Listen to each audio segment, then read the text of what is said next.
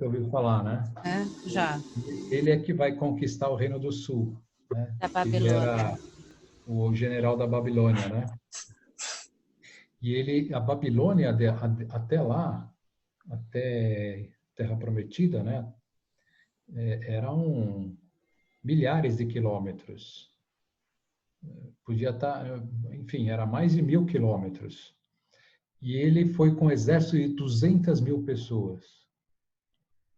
Então, você imagina 200 mil pessoas se deslocando mais de 1.000 quilômetros naquela época. E como alimentar esse povo aí? Só de pensar assim, como é que alimentaria todo esse povo? E aí eles sitiaram a cidade de Jerusalém. E eles ficaram acampados lá de fora e ficaram mais de um ano esperando. E fizeram bloqueio, né? Fizeram bloqueio, então não podia entrar comida, não podia... Né? Então eles foram entrando em desespero, desespero. Nossa, foi uma coisa assim incrível esse episódio.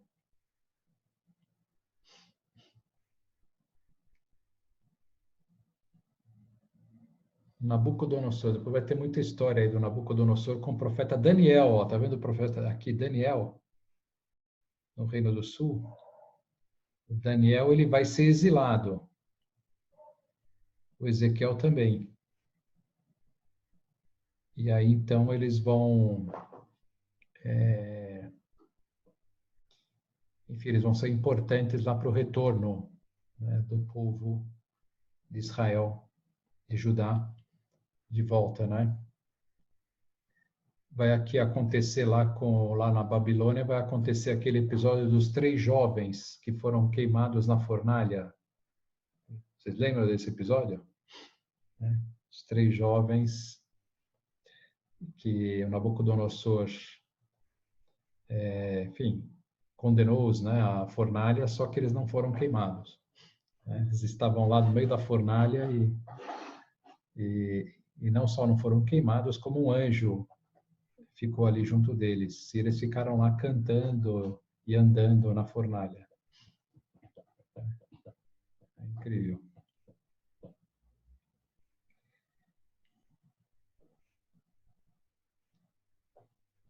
Bom, vamos começar. 19:11, vamos lá.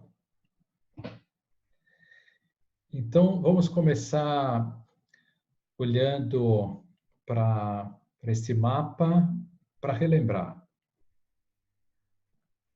Começando aqui pela divisão do reino do povo de Israel.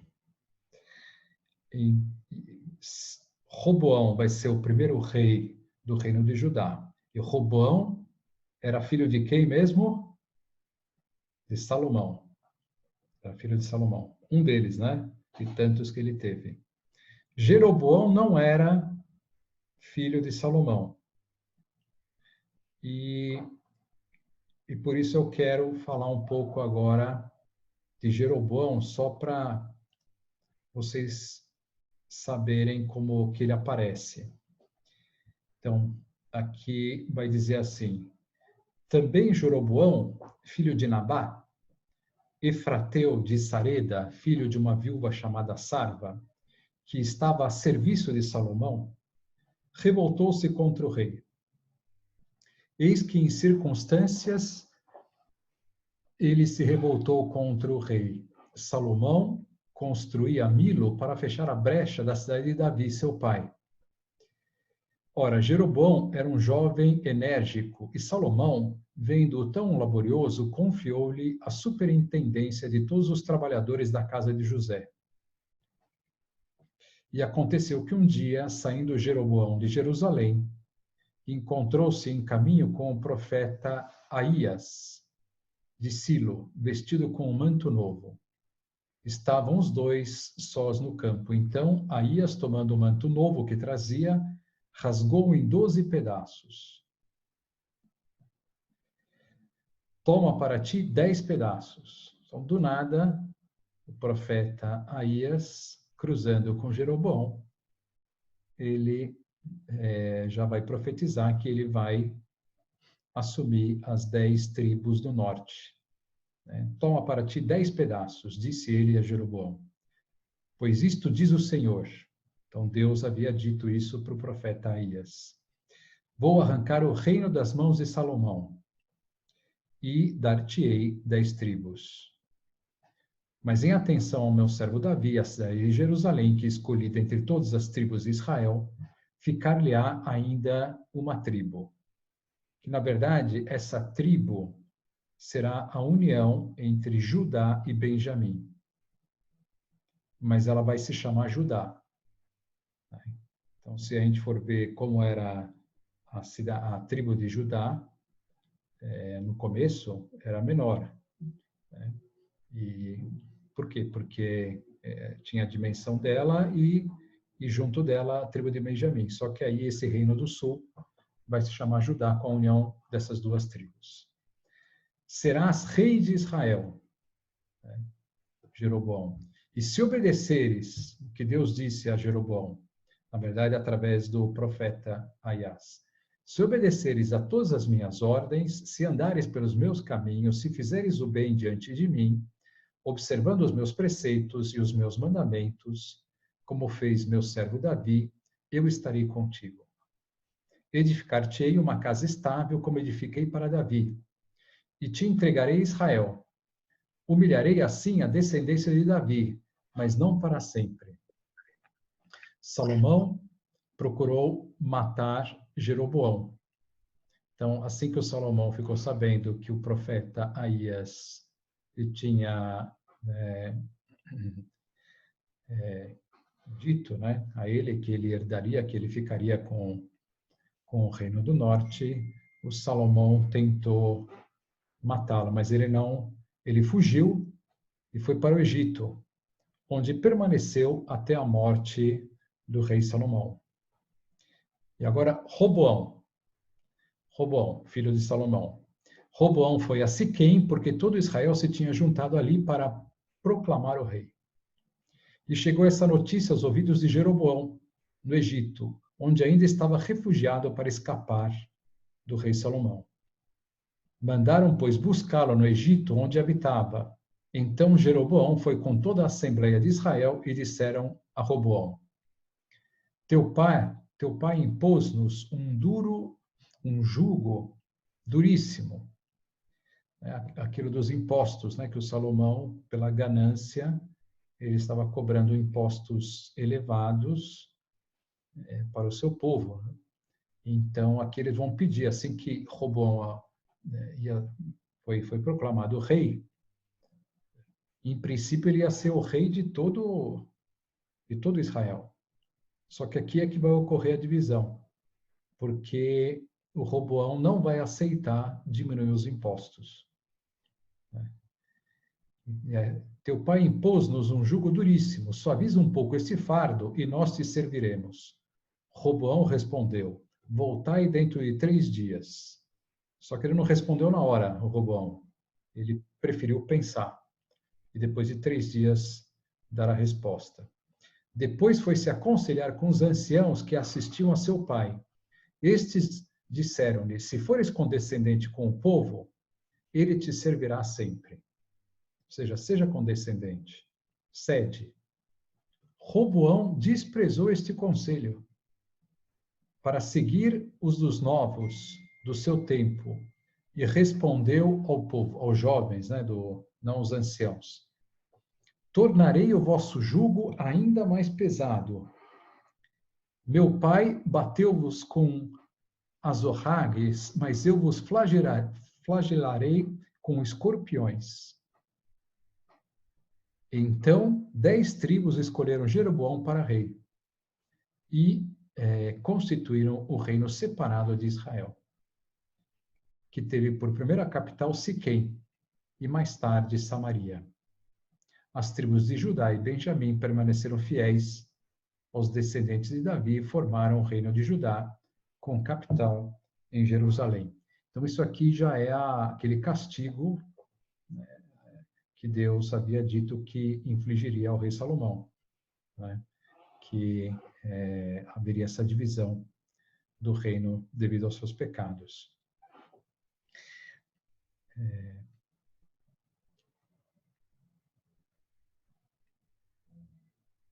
Ouvindo os filhos de Israel que Jeroboão tinha voltado,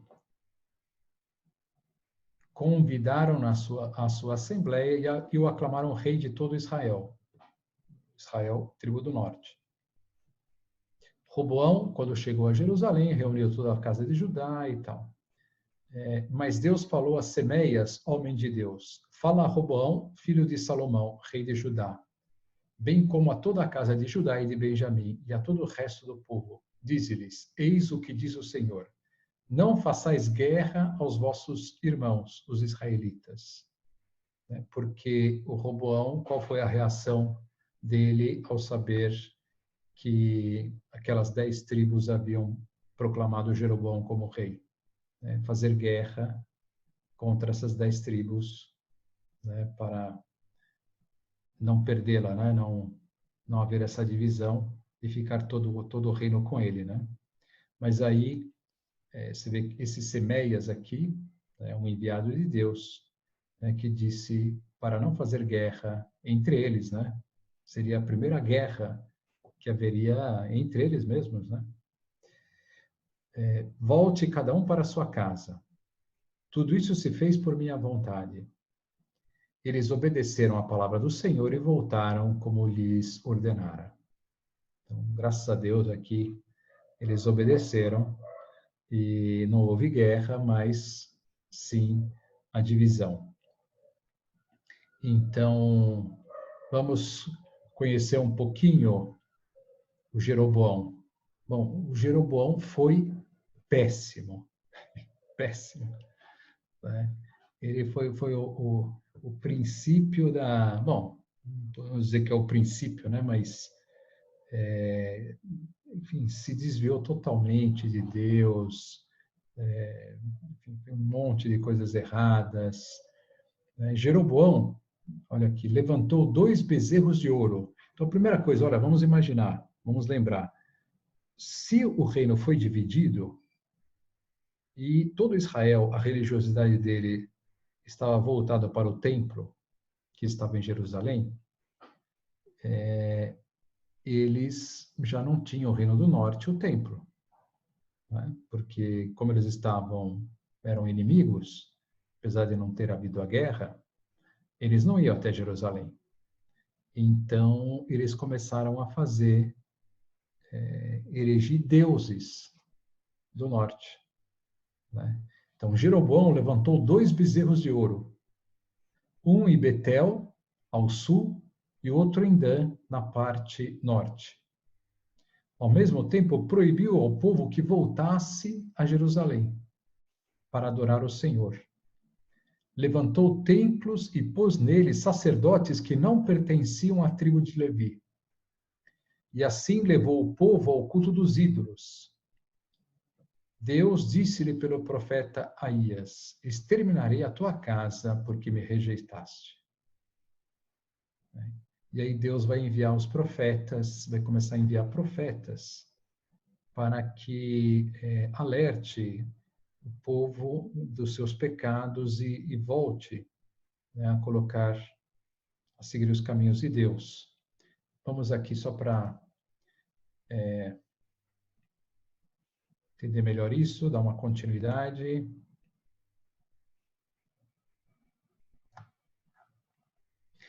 Situação dos reinos do sul e do norte. De um modo só, sem falar as datas, durante 80 anos o sul tenta conquistar o norte. Então, apesar de que naquele momento, lá no primeiro princípio, eles não entraram em guerra, mas houve essa tentativa posterior de conquista do norte.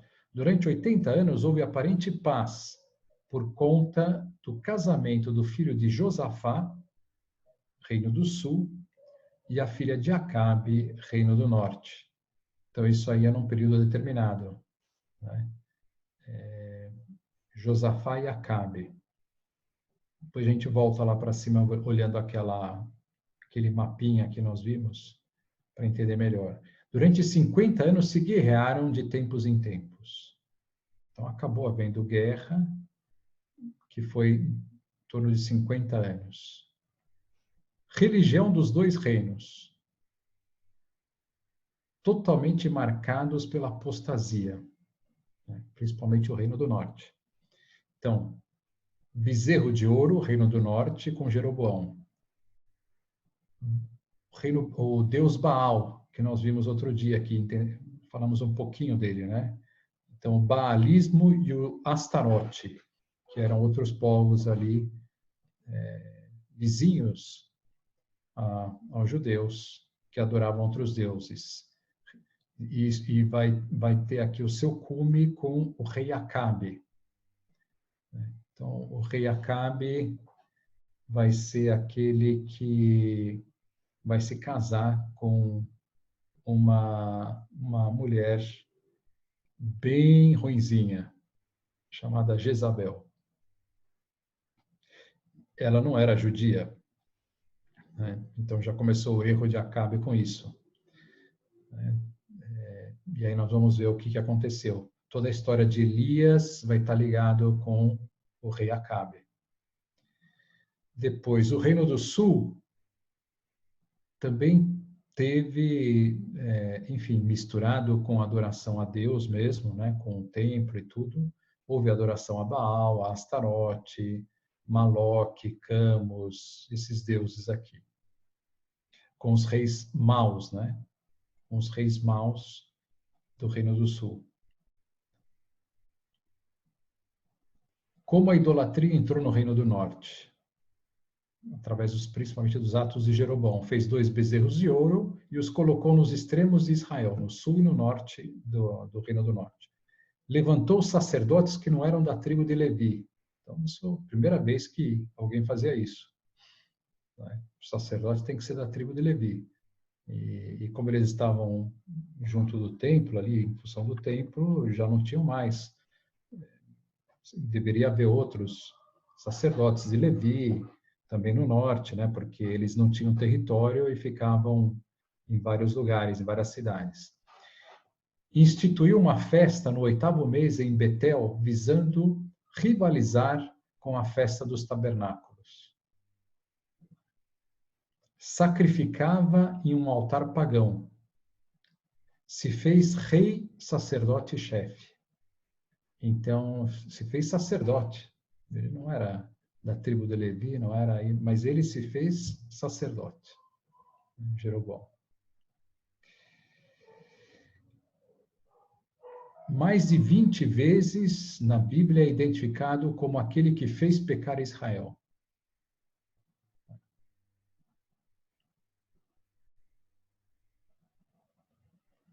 Então, aqui outras divindades, nós falamos de Baal, né? Então, vocês lembram lá que o culto a Baal era caracterizado especialmente pela licenciosidade dos seus ritos, regado a orgias, lesbianismo, homossexualismo, pedofilia e incesto. Também esses outros aqui, Asterote, né, que fala aqui, a função exata desses postes ídolos, esses chamados de postes ídolos, essas estatuetas aqui, estava ligada à prostituição masculina e feminina. Os profetas os consideravam repulsivos, os bons, né? Os profetas, né? Ou seja, os homens bons, os de Deus, e ordenavam aos reis de Israel que os derrubassem onde quer que estivessem erigidos.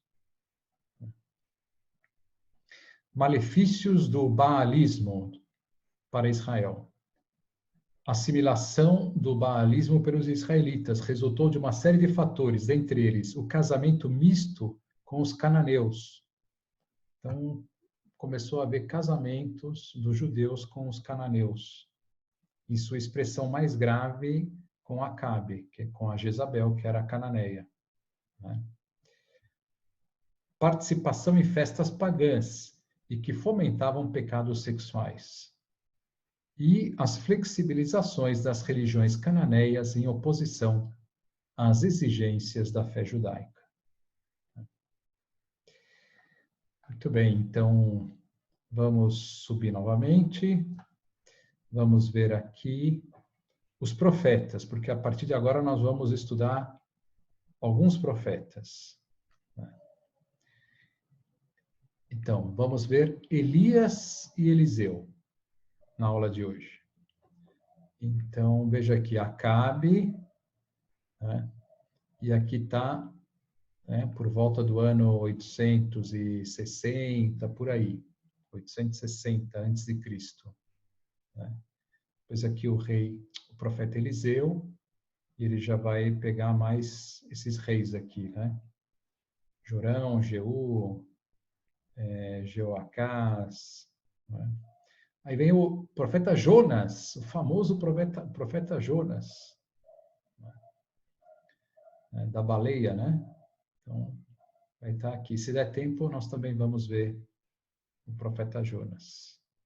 Então, vamos para o profeta Elias.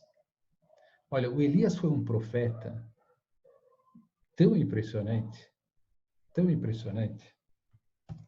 que ele subiu aos céus. Né? A sua morte, como foi a sua morte? Ele não morreu. Ele foi arrebatado aos céus, numa carruagem de fogo. Até agora ninguém, e nem depois vai acontecer isso. Né? Moisés, né? Enfim, qualquer, né, pessoa, enfim, Samuel, né? Ninguém teve enfim, esse privilégio tão grande, né? Então você vê que era um homem muito santo, né? Muito especial. Então vamos. Elias foi um profeta muito usado por Deus. E desde o início seu objetivo era confrontar o povo de Israel pela idolatria que estavam vivendo. Israel, governado por Acabe e sua esposa Jezabel. E por isso os israelitas se afastaram de Deus e começaram a adorar Baal. Acompanhe a história completa desse profeta nesse vídeo que começa agora, aqui em nosso canal Guerreiro Universal.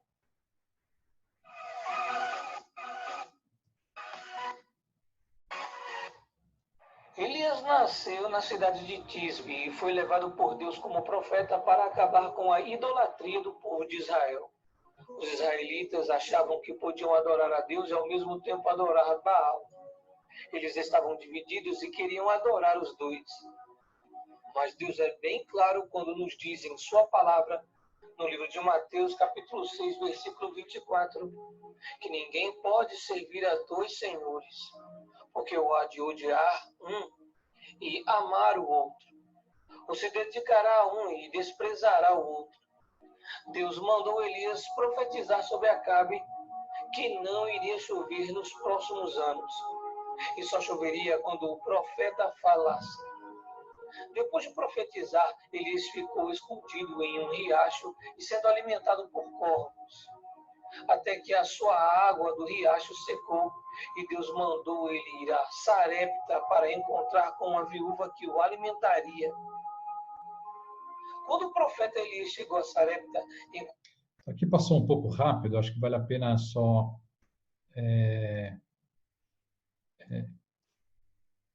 lembrar um pouco o que aconteceu aqui, né? Então, justamente porque o Acabe, ele havia se casado com Jezabel e estava tendo essa adoração, né, ao deus Baal e outros, ou seja, desagradando muito a Deus, como castigo, Deus enviou uma seca. Uma seca que iria durar 3 anos e meio. E o profeta Elias foi comentar isso com Acabe, né? Porque o Acabe era judeu e deveria estar fazendo as coisas corretas. Então, o Elias foi lá e comentou a ele esse castigo que Deus iria infligir a todos, essa seca. Então, estamos no Reino do Norte, né? E aí o Elias, ele vai se retirar. Vai se retirar e vai passar um tempo, justamente esses anos aí, afastado fui numa região que até tem acho que vale a pena aqui parar um pouquinho, interromper aqui o compartilhamento e ver que aconteceu.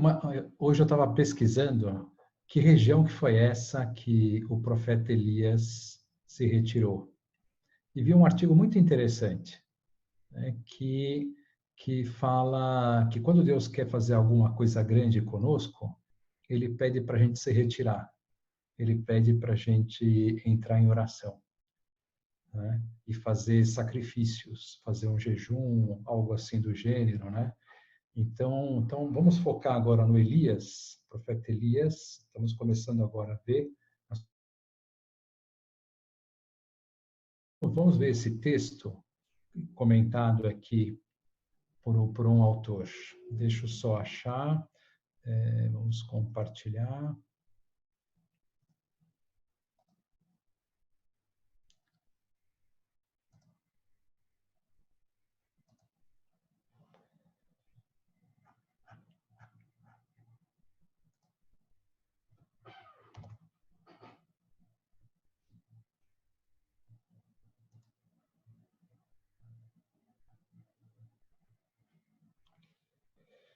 Ele enviou o profeta Elias na torrente de Carite. Até procurei um pouco onde está isso, mas fala aqui que é a oriente, a leste do Rio Jordão. Então, você vê que era uma região mais árida ali, né? É interessante que o método de Deus para preparar seus grandes homens de fé não muda. Antes de enviar um servo para uma grande missão, o Senhor o recruta para uma grande preparação em recolhimento espiritual. Neste texto, o Senhor ordena a Elias que se esconda na torrente de Carite, a leste do Jordão. E nessa torrente deve se esconder e morar por um longo período. O mesmo plano vemos na vida de Abraão, né? Ou seja, quando Deus vai estabelecer uma missão importante para alguém, ele vai ter que se deslocar para outro lugar. Então, Abraão ele estava lá na Mesopotâmia e Deus o desloca até a região de Canaã. Moisés, ele teve que se retirar, mas por um motivo, vamos dizer assim, de força maior, porque ele matou lá o egípcio e acabou ficando 40 anos retirado, né? São João Batista, ele vai se retirar para o deserto. Jesus, antes de começar a vida pública, vai passar aqueles 40 dias no deserto. São Paulo, não sei se vocês sabem, São Paulo, quando ele se converteu, a gente pensa assim, não, ele se converteu e logo começou a pregar. Não, não. Ele passou, se eu não me engano, 5 anos. 5 anos retirado. E meditando a Bíblia, meditando a Sagrada Escritura. E foi lá que ele ganhou toda a força, a vida espiritual, o amor a Deus. Até o Nietzsche, ele fala uma coisa assim interessante, que ninguém pode ser trovão se antes não foi uma nuvem. Então, foi isso que aconteceu, né, com todos esses, né, nesse retiro que eles fizeram, eles se uniram a Deus, ganharam tal intimidade, tal amor a Deus, que foram se tornando verdadeiras nuvens de energia, né, capazes depois de fazer coisas grandes, né, nas suas missões. Então, o mesmo plano vemos na vida destes homens. Seus ministérios começaram no deserto, na solidão, em retiro espiritual. O Senhor fala ao profeta: parte daqui e toma a direção do Oriente. Vai esconder-te junto à torrente de Carite. E aí então ele fala assim: parte daqui, toma a direção. Toma a direção. O Senhor nos tira da zona de conforto, já fazendo uma alusão para nós, né? Então, parte daqui e vai para esse lugar. O Senhor nos tira da zona de conforto. Abraão saiu da sua parentela e vai para o lugar onde vou te indicar. O deserto indica na Sagrada Escritura 2 elementos: lugar de provação e lugar de experiência com Deus. Então, eles atravessaram, cruzaram o deserto ou estiveram no deserto. O deserto indica lugar de provação e lugar de experiência com Deus. No deserto encontramos a Deus, mas também enfrentamos as tentações, o demônio. Então, nós podemos pensar até agora nesse confinamento que nós estamos vivendo, que é um deserto de alguma maneira, né? Porque, enfim, não estamos na nossa vida normal, estamos mais reclusos e nesse deserto nós podemos experimentar muito a Deus, né? Nos unirmos muito a Deus, se procurarmos a Deus e aproveitarmos essa ocasião para isso, e também pode ser ocasião para, enfim, né? Para se revoltar diante das tentações, das dificuldades da vida, do futuro que vai acontecer conosco, que não sabemos. Assim o Senhor vai nos forjando, preparando para ouvir a sua voz, perceber sua presença e, ao mesmo tempo, para conhecer a nós mesmos e os ataques do inimigo. Quanto mais perto do Senhor o profeta estiver, ou nós estivermos, mais eficácia terá a sua missão. Esconde-te, né? Então, parte daqui, toma a direção e esconde-te. Por que esconder-te? Pois morreste e a vossa vida está escondida com Cristo em Deus. Então, é morrer para nós mesmos, né? Cristo, ele dizia que o grão de trigo, se o grão de trigo não morre, não poderá produzir o seu fruto.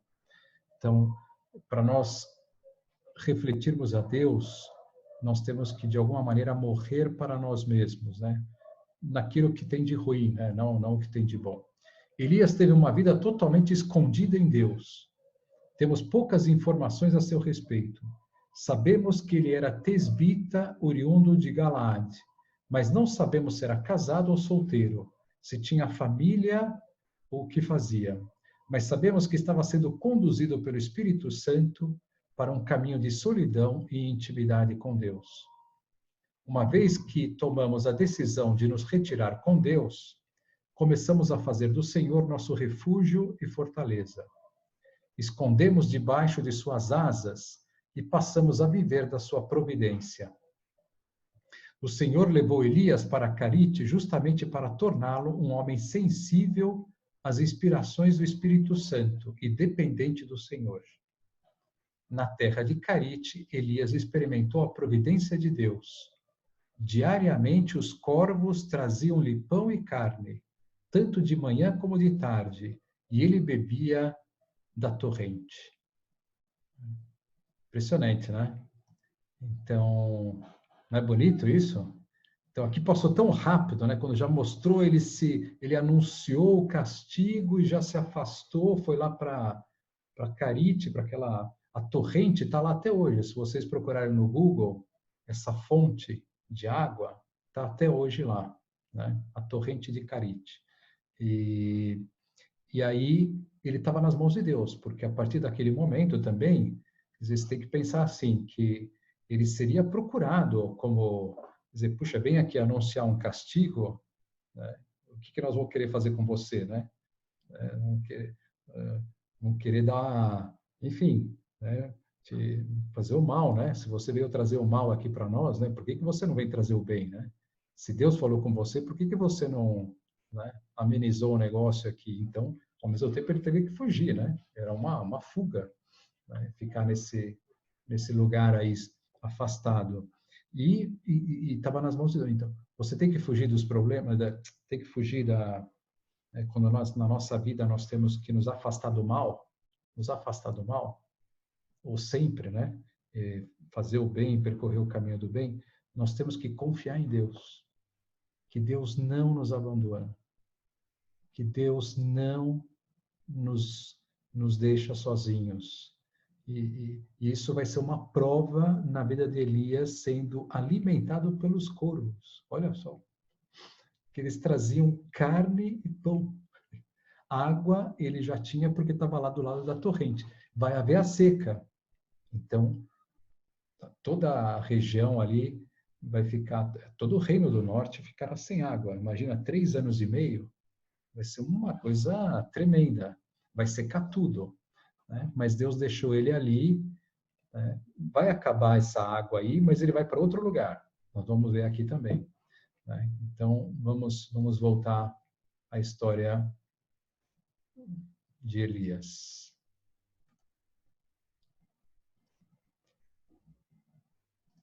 E amar o outro, ou se dedicará a um e desprezará o outro. Deus mandou Elias profetizar sobre Acabe que não iria chover nos próximos anos, e só choveria quando o profeta falasse. Depois de profetizar, Elias ficou escondido em um riacho e sendo alimentado por corvos, até que a sua água do riacho secou, e Deus mandou ele ir a Sarepta para encontrar com uma viúva que o alimentaria. Quando o profeta Elias chegou a Sarepta, encontrou a viúva e lhe pediu um pouco de água e um pedaço de pão. Mas ela respondeu que tinha apenas um pouco de farinha e seu azeite em um jarro, e que naquele momento estava procurando gravetos para ela e seus filhos se alimentarem, e depois disso morrerem de fome, pois não tinham mais nada de comida. Elias disse para a viúva não ter medo, para fazer um bolo com o que tinha e depois fazer comida para ela e seu filho. Porque assim diz o Senhor, Deus de Israel: a farinha da panela não se acabará e o azeite da botija não faltará até o dia em que o Senhor dê chuva sobre a terra.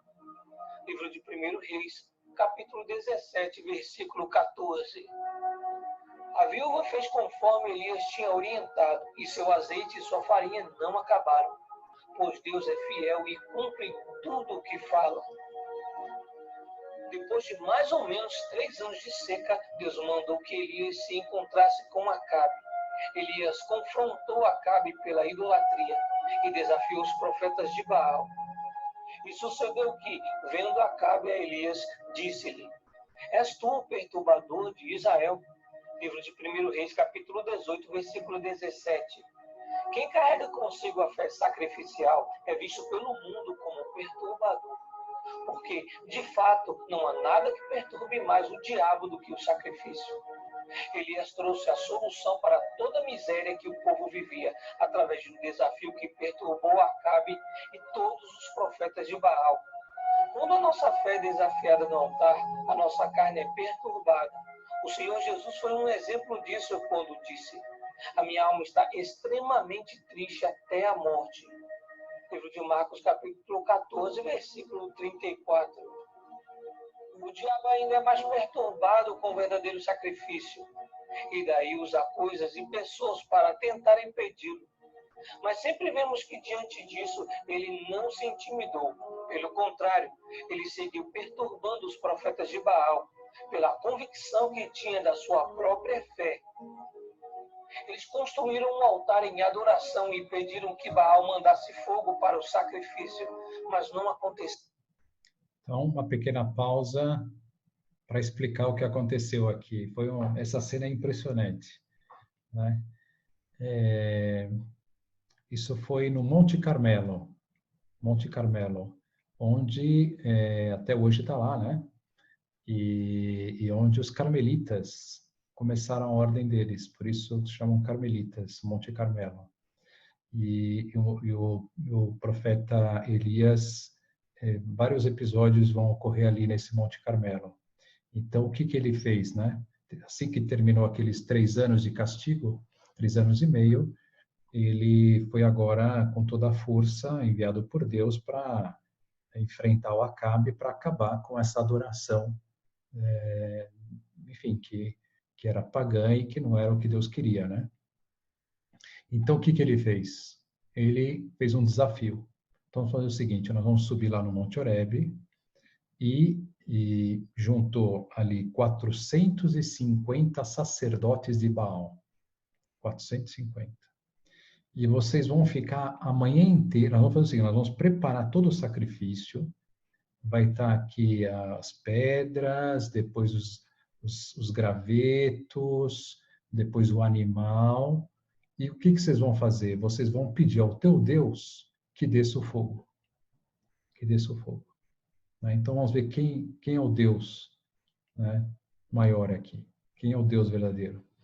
E eles vão passar a manhã inteira pedindo ao Deus Baal que desça o fogo. Né? Passar a manhã inteira. Então vamos continuar lá.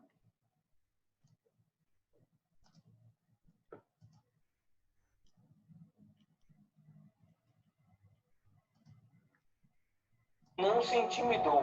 Pelo contrário, ele seguiu perturbando os profetas de Baal, pela convicção que tinha da sua própria fé. Eles construíram um altar em adoração e pediram que Baal mandasse fogo para o sacrifício, mas não aconteceu nada. E sucedeu que ao meio-dia ele zombava deles e dizia: clamai em altas vozes, porque ele é um Deus. Pode ser que esteja falando, ou que tenha alguma coisa que fazer, ou que intente alguma viagem. Talvez esteja dormindo e despertará. Livro de 1 Reis, capítulo 18, versículo 27. Quem tem essa certeza que vem do Espírito Santo não se intimida, enfrenta os seus desafios e prova quem é o verdadeiro Deus. Algumas horas depois, Elias construiu um altar em adoração a Deus. Elias o encharcou de água e pediu que Deus mandasse fogo. E assim aconteceu.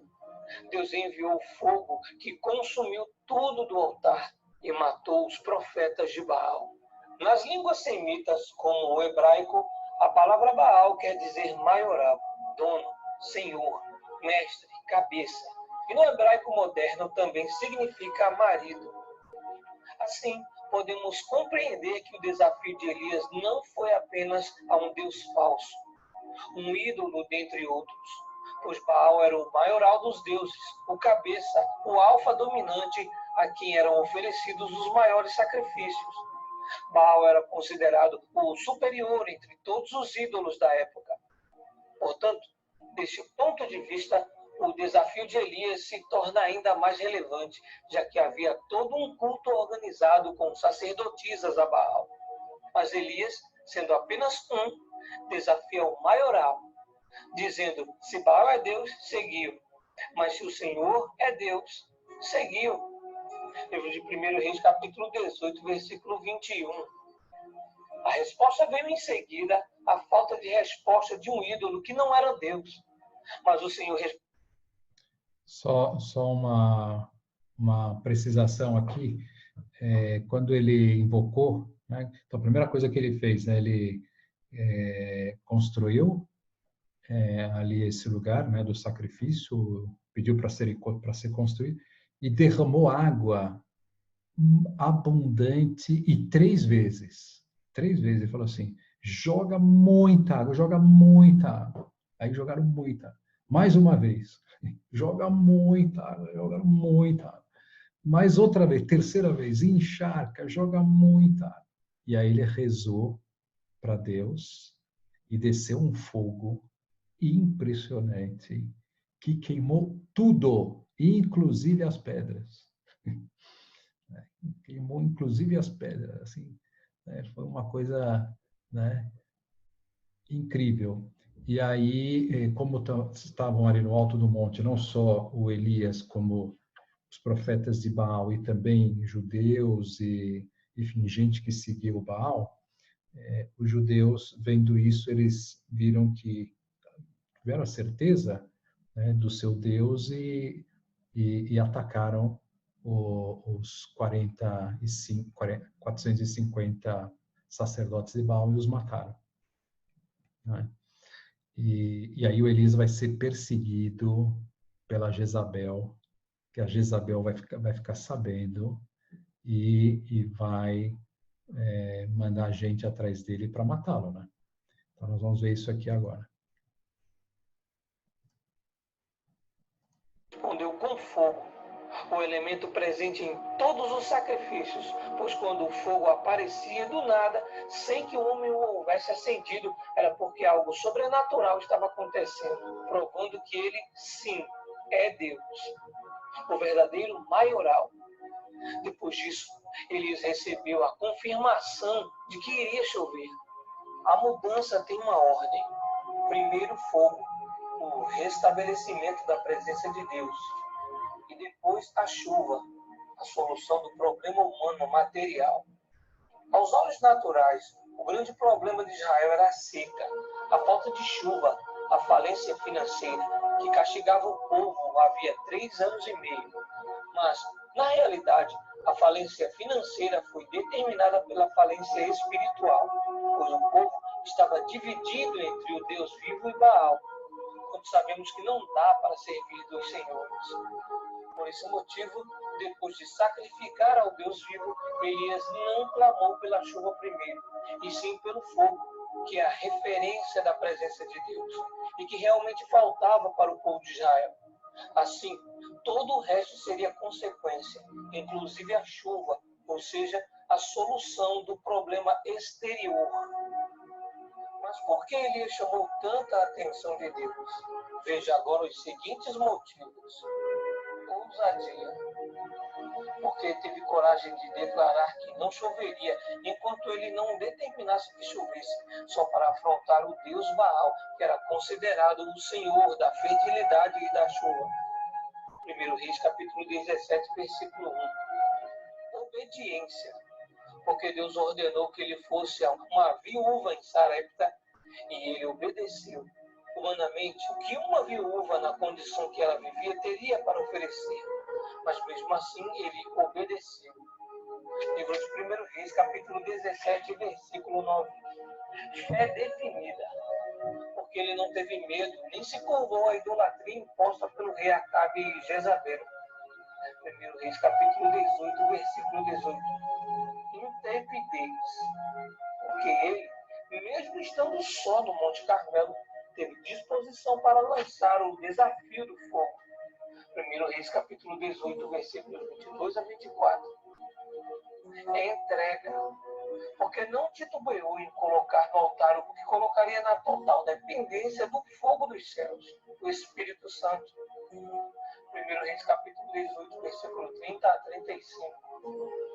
Oração sincera, porque ao orar não cobrou glória para ele, mas deu toda a glória para Deus, e por aquela atitude, de uma só vez, fez todo o povo reconhecer que só o Senhor é Deus. Quando Jezabel soube da morte dos profetas de Baal, ficou furiosa e ameaçou matar Elias. Elias fugiu e pediu a morte para Deus. Deus o guiou até o Monte Horebe, onde falou com ele, o renovou e o enviou até Israel para eleger o próximo rei. No fim, Acabe foi morto por castigo de sua idolatria.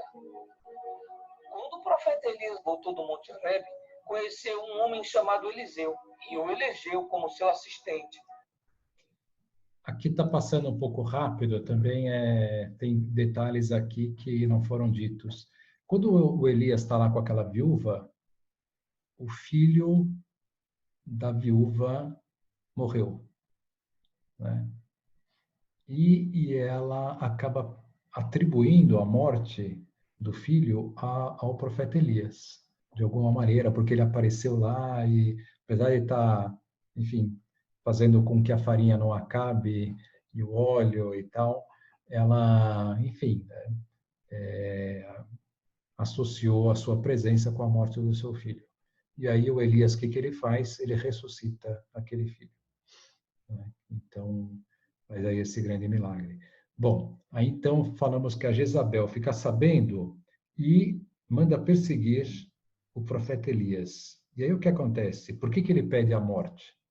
Porque ele estava andando muitos quilômetros, então lá não fala a distância, mas chegou uma hora que ele estava completamente exausto. Completamente exausto. E aí, então, ele fala para Deus, chega, Senhor, não posso dar mais um passo, né? Me leve, né? Já não aguento mais, não tenho mais forças. E aí acontece um episódio muito bonito.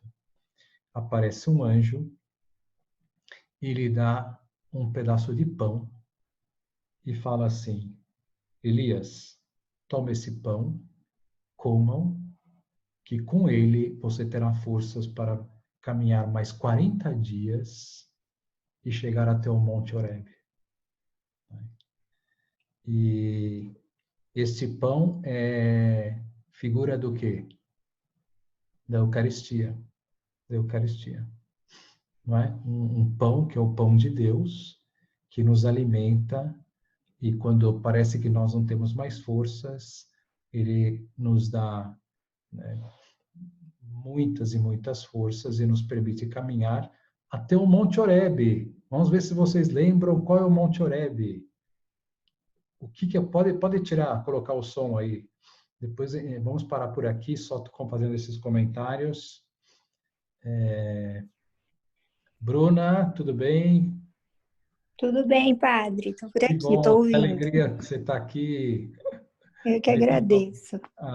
então, tá gostando? Estou gostando, sim, estou acompanhando aqui vocês.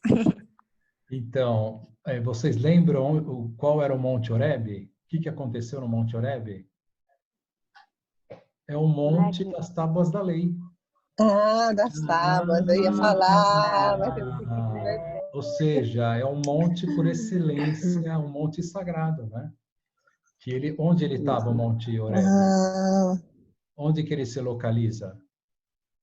Na Península do Sinai, lembra? Na travessia do deserto, aquela península que é um triângulo, né, com a ponta para baixo, e lá na ponta de baixo, né, é onde está o Monte Horebe. Né? E aí o Moisés subiu e esteve 40 dias até que Deus deu as tábuas da lei. Não é? E aqui nós vemos o profeta Elias caminhar 40 dias. Não é? Nós já não comentamos sobre os 40 que aparecem na Bíblia, tantos 40. Olha aí, mais uma vez os 40, né? Os 40 dias que mais Elias 40 caminhou. Mais dias. 40 dias para chegar lá no Monte Horebe, que é o Monte de Deus, né? É um monte que representava um monte sagrado de alguma maneira, não é? E ali também vai ter um diálogo muito bonito com Deus, que ele vai querer saber onde Deus está, e aí primeiro ele vem agora eu não lembro exatamente a sequência, né? Mas vem um vento forte, né? Depois e aí o fato é que o último é uma brisa suave, né? E lá estava Deus, né? Na brisa suave, né? Então, bonito também isso, né? Que Deus, ele não está na agitação, né? Ele não está nessa loucura da vida. Se você quer encontrar Deus, você tem que parar, você tem que rezar, se pôr na presença de Deus, né? Na brisa suave, ele ouviu a Deus, ouviu o que Deus tinha a lhe dizer, né? E, bom, ainda continua um pouco mais, né, a história de Elias, porque agora ele vai conhecer o Eliseu. O Elias, ele tem um outro episódio que nós podemos comentar também na próxima aula. Ele era tão assim, tão, poderoso, né? Justamente pela santidade, né? Quer dizer, de onde vem esse poder dele tudo, né? Da santidade dele, né? É um homem santo. Até um outro comentarista ele fala assim: olha só o que um homem santo é capaz de fazer, né? Como ele transforma, ele muda todo o povo, né? A força de um homem que obedece a Deus, a força de um homem que segue os mandamentos de Deus, né? Como Deus age através dele, né? E converte todo o povo, como ele vai ocasionar essa transformação gigantesca, né? E aí ele vai estar ainda sendo perseguido, porque agora ele vai encontrar o Eliseu, e o Eliseu vai ser o outro profeta, e vai ser um companheiro, o Eliseu, até o momento que o profeta Elias, ele vai ser arrebatado ao céu, aquilo que eu comentei, né? Que é o único personagem na Bíblia que foi arrebatado numa carruagem de fogo ao céu. Mas antes disso, ele está no alto do monte e ele é perseguido por Acabe, pelo exército de Acabe, e vão um grupo de 50 soldados. Né? E ele está no alto do monte e está vendo eles lá embaixo. Né? E aí ele fala assim, olha, eu acho que melhor vocês irem embora. Né? E aí eles falam assim, não, mas eu sei que começa a discutir lá com Elias, né? No fundo, como nós podemos ver aqui, tanto esse dualismo que estávamos vendo antes, né, do Deus de Israel e o Baal. Que dualismo que é esse entre o bem e o mal? Né? O bem e o mal. Não podemos servir a dois senhores. Não podemos... Quem é Baal aí? É o mal, né? Estamos vendo o mal. Então, no nosso coração, não podemos servir o bem e o mal. Nós não podemos né, deixar-nos levar por um e por outro. Não, nós temos que ser firmes dentro do nosso coração para que o bem vença. E aí também, quando esses soldados vão pegar o Elias, também a imagem é essa, né? Quer dizer, ainda é o mal, que é o Acabe, querendo destruir, querendo matar Elias, né? Então, não venham aqui, tomem cuidado, porque, enfim, é o santo de Deus, vamos dizer assim, um homem que é o representante de Deus. E o que acontece? O Elias faz chover fogo do céu e queima os soldados. Vocês já viram alguém fazer isso? Chover fogo do céu? Não. Então, Elias, primeiro Tá 5 grupo de minutos. soldados. Veio um segundo de 50. Veio um segundo. E eles falaram, olha, melhor vocês não desafiarem a Deus, melhor vocês não irem contra Deus e tal. E aí eles foram contra Deus, chuva de fogo. E os queima novamente. Até que vem um terceiro já com cabeça baixa e tal. Então, já tentando conversar, né, humildemente com Elias.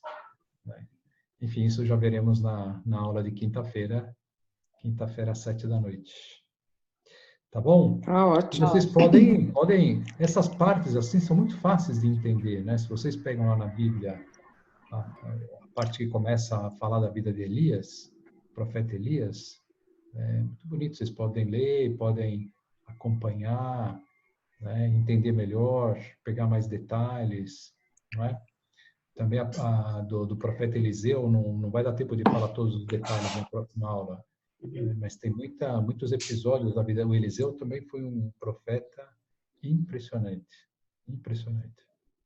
Passa muito rápido essa aula. Passa rápido, né? Passa rápido aqui, hein? Nossa, graças a Deus, né? Então. E hoje a primeira leitura da missa foi sobre essa passagem, né? Impressionante, foi? Não estou lembrando, né?